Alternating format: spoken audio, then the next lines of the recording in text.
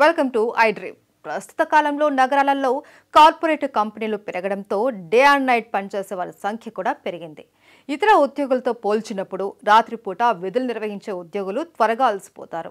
పగటిపూట పనిచేసే ఉద్యోగులతో పోల్చితే నైట్ షిఫ్ట్ ఉద్యోగులకు పలు అనారోగ్య సమస్యలు వచ్చే ప్రమాదం ఉందని పలు పరిశోధనల్లో తేలింది. కాపురాలు కూడా కూలే ప్రమాదం ఉందని పలు పరిశోధనలు హెచ్చరిస్తున్నాయి. నైట్ షిఫ్ట్ ఉద్యోగుల ప్రధాన సమస్య నిద్రలేమి.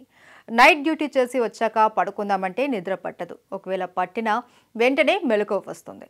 4 గంటలైనా హాయిగా నిద్రపోలేకపోవడం వల్ల కార్యాలయంలో నిద్రపోవటం, పనితీరు మందగించడం వంటి సమస్యలు వస్తాయి. ఇక నైట్ షిఫ్ట్లు ఎక్కువగా చేసే యువ ఉద్యోగులకు మరో తీవ్ర సమస్య కూడా ఎదురవుతుంది.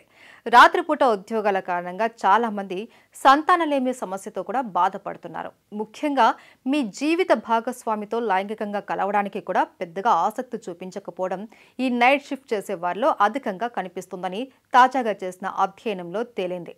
ఇక రాత్రిపూట మేల్కొని పనిచేయడం వల్ల న్యాచురల్ స్లీప్ సైకిల్ దెబ్బతింటుంది. దీనివల్ల నిద్రలేమి, అలసట మరియు ఏకాగ్రత లోపం వంటి సమస్యలు వస్తాయి. నైట్ షిఫ్ట్ వల్ల మధుమేహం, గుండె జబ్బులు ఈ మధ్య కాలంలో ఎక్కువగా అవుతున్నాయి.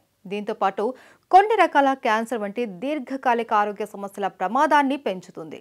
నైట్ షిఫ్ట్ పని అజీర్ణం, గుండెల్లో మంట మరియు పొట్టలో పుండ్లు వంటి జీర్ణ సమస్యలకు దారితీస్తుంది. నైట్ షిఫ్ట్ పని ఆందోళన, నిరాశ మరియు మానసిక స్థితి మార్పుల ప్రమాదాన్ని పెంచుతుంది. సో నైట్ షిఫ్ట్లు తప్పనిసరి అయితే చాలా జాగ్రత్తలు తీసుకోవాలి అని సూచిస్తున్నారు ఆరోగ్య నిపుణులు.